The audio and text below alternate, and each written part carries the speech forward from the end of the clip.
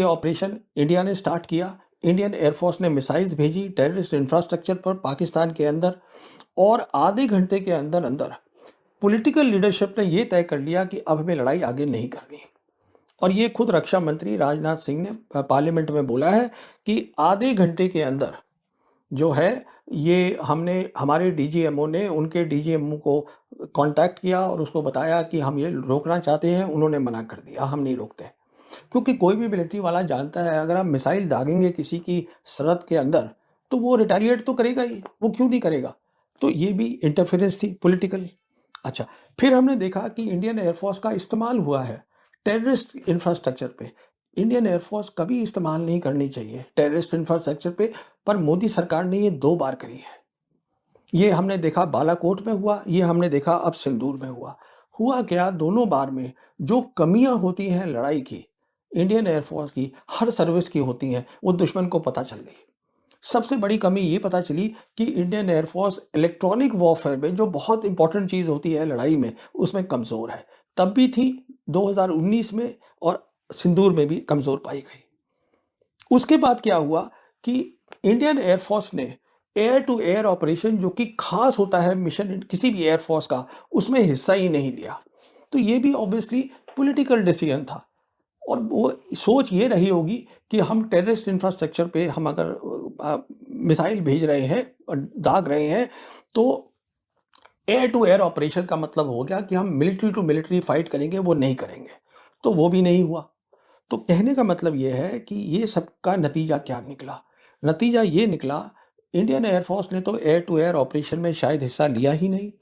और पाकिस्तान की जो एयरफोर्स है उन्होंने दावा कर दिया, पाकिस्तान ने दावा कर दिया कि हमने 7 फाइटर जेट इंडियन एयरक्राफ्ट के गिरा दिए हैं पहली रात को ही ऑपरेशन सिंदूर के। और उन्होंने कुछ दिनों के बाद 4 रफेल, जिसका उन्होंने दावा किया हमने गिराए, उन्होंने उसकी सबूत भी दे दिया। और फिर हमने देखा प्रेसिडेंट ट्रंप जो थे वो हर जगह जाके बोल रहे थे, 50 बार से ऊपर बोला कि मैंने सीज फायर कराया हिंदुस्तान पाकिस्तान के बीच में, और 7 फाइटर जेट्स की बात करते रहे। और पाकिस्तान के जो प्रधानमंत्री थे उन्होंने तो यूनाइटेड नेशन में जाके बोल दिया कि हमारी एयरफोर्स ने इंडियन एयरफोर्स के 7 जेट्स को मार गिराया है। पर इंडियन साइड से उसका कोई जवाब नहीं था, कोई रिस्पॉन्स नहीं था। तो उसका नतीजा क्या निकला? नतीजा ये निकला कि जहां तक पाकिस्तान का ताल्लुक था, ऑपरेशन सिंदूर जिसको कि आर्मी चीफ ट्रेलर बोल रहे हैं, उसके कारण पाकिस्तान का दुनिया में कद जो था बहुत ज़्यादा बढ़ गया। जिसे हम कहते हैं उनकी जियोपॉलिटिकल प्रोफाइल बहुत ज़्यादा बढ़ गई। और प्रेसिडेंट ट्रंप ने आर्मी चीफ के उनको पहले बुलाया, उसके साथ लंच किया व्हाइट हाउस में, और पाकिस्तान को एक स्ट्रेटेजिक रोल दे दिया। मतलब स्ट्रेटेजिक रोल होता है अहम रोल, मिडल ईस्ट के अंदर उसको रोल दे दिया गया। उसके बाद हमने क्या देखा कि अजरबैजान जो है, अजरबैजान, क्योंकि जो नतीजा देखा गया लड़ाई का, जो एयरफोर्स पाकिस्तान एयरफोर्स ने दिखाया करके, उसके बेसिस के ऊपर अब अजरबैजान जो है वो 40 JF-17 एयरक्राफ्ट फाइटर्स ब्लॉक 3 जो कि पाकिस्तान बना रहा है चीन की मदद से पाकिस्तान के अंदर, वो उसे अब खरीदेंगे, ये तय हुआ है। अगर वो खरीद रहे हैं, जो खरीद रहे हैं, इसका मतलब ये हुआ कि पाकिस्तान एयरफोर्स के जो लोग हैं वो उनको ट्रेनिंग में भी मदद करेंगे। तो पाकिस्तान एयरफोर्स जो है उनके वैसे भी अजरबैजान से रिश्ते बहुत अच्छे हैं। साथ साथ देखिए क्या हो रहा है, एक नई चीज हो रही है जो ट्रंप एडमिनिस्ट्रेशन कर रही है, सरकार कर रही है, वो ये है एक मिडिल कॉरिडोर बनाया जा रहा है। वो मिडिल कॉरिडोर जो है वो कजाकिस्तान से शुरू होगा, फिर कैस्पियन सी जो है उसको क्रॉस करते हुए अजरबैजान आएगा, अजरबैजान से टर्की जाएगा, और टर्की से यूरोप जाएगा। ये एक मिडिल कॉरिडोर बनाया जा रहा है जिससे कि ट्रेड और मिनरल्स जो है वो यहाँ से जाएंगे। और ये मेरी जो सोच है वो ये है, ये एक खास काम जो है वो दिया गया है जो अभी नए आ रहे हैं अमेरिका के राजदूत हिंदुस्तान में, सर्गियो गौर उनको। क्योंकि सर्गियो गौर को जिम्मेदारी है, एक तो वो एम्बेसडर होंगे हिंदुस्तान में अमेरिका के, साथ साथ वो स्पेशल राजदूत होंगे साउथ एशिया के लिए और सेंट्रल एशिया के लिए अमेरिका के। तो ये उनका खास काम होगा, देखना कि मिडिल कॉरिडोर बने, और उसमें आप मान के चलिए ये तय है कि पाकिस्तान का रोल होगा। क्योंकि पाकिस्तान अज़रबैजान के साथ भी रिश्ते हैं, उनके टर्की के साथ भी रिश्ते हैं, और जैसे मैंने कहा कि उन्होंने JF-17 उनको अब वो बेच रहे हैं, तो उनकी फिजिकल प्रेजेंस भी होगी। ये सब कुछ हो रहा है। साथ साथ जो कजाकिस्तान है, उन्होंने इन प्रिंसिपल जो अब्राहम एकॉर्ड है वो भी साइन कर दिया है, करने वाले हैं इज़राइल के साथ, मतलब शांति चाहते हैं। तो अब्राहम एकॉर्ड जो होता था सीमित मिडल ईस्ट तक, अब वो सेंट्रल एशिया तक भी चला गया है। सीमित था पहले ये सिर्फ अरब कंट्रीज तक। तो ये प्रोफाइल बढ़ गई पाकिस्तान की। साथ साथ क्या हुआ है कि इंडोनेशिया इंडोनेशिया खरीद रहा था रफाल जेट। अब उन्होंने अपना मन बदल लिया है और अब वो बातचीत चल रही है, वो खरीदना चाहते हैं चाइनीज के 40J-10C। ये वही जहाज है जिसको कि पाकिस्तान एयरफोर्स ने ऑपरेशन सिंदूर में इस्तेमाल किया था। तो If you're still typing your coding prompts, you're leaving performance on the table. You're prompting Cursor over 100 times a day, but typing detailed context takes forever. So you send lazy prompts, and you get mediocre.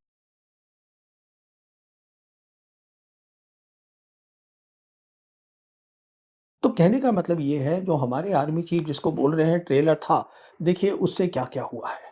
चलिए आगे चलते हैं। उनका दूसरा point है, जो वो उनसे पूछा गया कि आपने क्या सबक सीखा है, जो सबने सुना होगा। तो लेसन में उन्होंने ये बताया कि एक तो ये सीखा है कि जो डिसीजन मेकिंग है, मतलब जब आप फैसला लेते हैं तो फैसला बहुत जल्दी जल्दी लेना पड़ता है। इसलिए फैसला एक जगह नहीं लिया जा सकता और फिर वो आप नीचे सबको बताएं वो फैसला। इसलिए फैसला हर लेवल पे लेना पड़ेगा अगर आपको ऑपरेशन जल्दी करना है तो, ये बताया। अब देखिए दिक्कत कहाँ आई होगी, सोचने की बात है। अगर आर्मी चीफ ये कह रहे हैं तो ये बहुत सीधी सी बात है कि ऑपरेशन सिंदूर में फैसले जो थे वो टॉप लेवल पे एक जगह लिए जा रहे थे। पॉलिटिकल लीडरशिप की इन्वॉल्वमेंट थी और chief of defence staff general Anil Chauhan की इन्वॉल्वमेंट थी, वो तो हम जानते ही हैं ट्राई सर्विस ऑपरेशन के अंदर।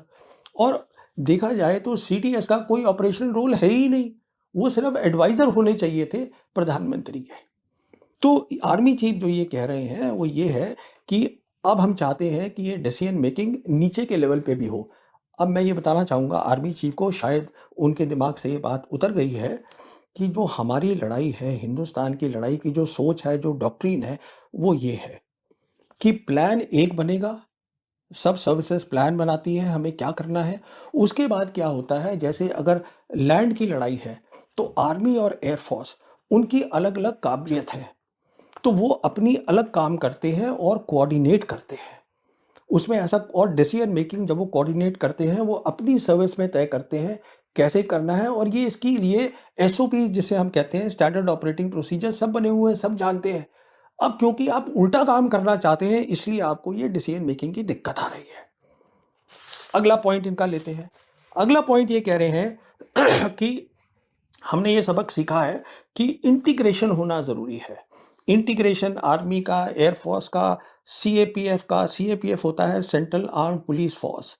इसमें क्या है, वो सीआरपीएफ आती है, बीएसएफ आती है, ये जितने भी ये पुलिस फोर्सेस हैं होम मिनिस्ट्री के अंडर, ये सब उसमें आती हैं। स्पेस वो कहते हैं, साइबर, ये सब होना चाहिए। इन सबको इकट्ठा रखना है, क्योंकि अब वो कह रहे हैं कि इन सबको इंटीग्रेट करके लड़ाई करनी है और इसको वो बोलते हैं मल्टी डोमेन ऑपरेशंस।